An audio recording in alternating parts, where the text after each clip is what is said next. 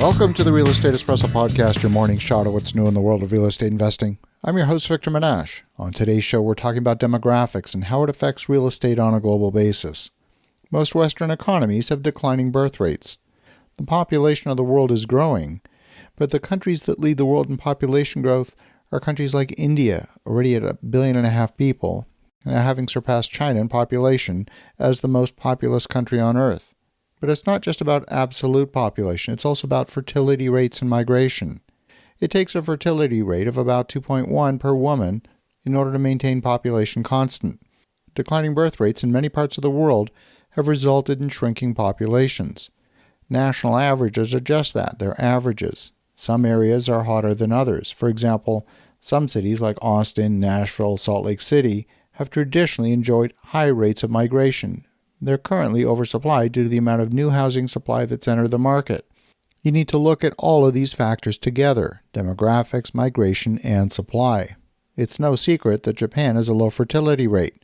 When you combine that with very low immigration, it's no surprise the population of Japan is shrinking at about 0.5% a year. There's a reason why there's more than 8 million empty, abandoned homes in Japan. You can buy a vacant home in Japan for under $30,000.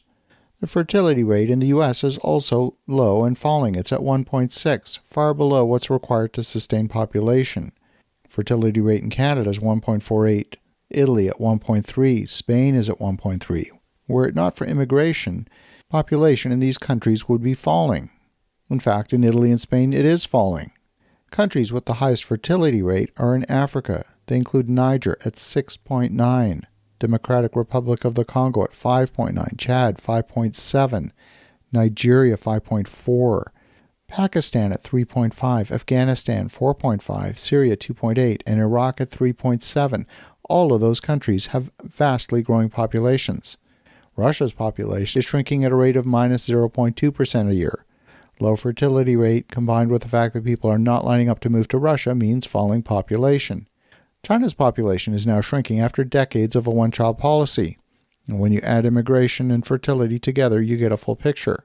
Spain's population is shrinking at minus 0.08% per year. Portugal at minus 0.23% per year. Italy at minus 0.28% a year. Even economic powerhouse Germany is shrinking at minus 0.09% a year. And that is the sum of the totality of fertility and migration. In our Western economies, the U.S. is growing at about 0.6% a year, largely through immigration. Canada, on the other hand, is growing at a rate of about 1% a year, more than double the rate of the United States on a per capita basis. And last year, Canada admitted nearly the same number of immigrants as the U.S., despite the fact that Canada has about 1/8 of the population of the U.S. The net result is that vacancies in Canada are at historic lows. Canada is seen as one of the best countries in the world from a quality of life perspective. The major cities in Canada have traditionally attracted the largest number of immigrants. Toronto has seen the majority of the nation's immigrants settle in the Greater Toronto Area, but Toronto is running out of developable land, and costs in Toronto have made housing prohibitively expensive. We're now seeing immigrants move to other cities like Calgary, Montreal, and my home city of Ottawa. We're also seeing stress on housing in many tertiary markets. There are places where there's a strong manufacturing base, and they're simply out of housing. In my home city of Ottawa, rental vacancy is currently 1.3%, and it's forecast to fall to 1% by next year. Higher interest rates have suppressed new housing starts, and higher cost has pushed more residents into renting. While the vast majority of residents in Canada own their own home at 66.5%, the majority of new units entering the market are in the multifamily category, and they make up 80% of new supply entering the market. The story is very similar across many cities in Canada. It's like the entire nation is hovering between 1 and 2% vacancy. Toronto is currently at 1.5% and falling, and single-family homes make up only about 10% of new construction in the Toronto area. Canada is not constructing enough homes or apartments to keep pace with the current rate of immigration, and it's no longer a question of affordability, it's rapidly becoming a question of availability.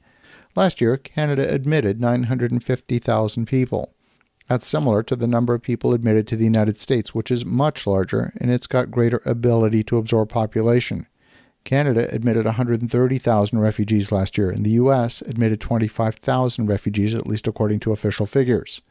Canada has a much lower percentage of second homes than the U.S. The colder climate means that Canadians seek a second home usually someplace warmer, like the southern United States. All this means that Canada needs a lot more homes than virtually any other advanced economy on Earth. Our company has stayed away from investing in our home market because we found it expensive. We found Canada to be a more difficult place to do business than the U.S. We saw more diversity of opportunity in the U.S., but that's changing.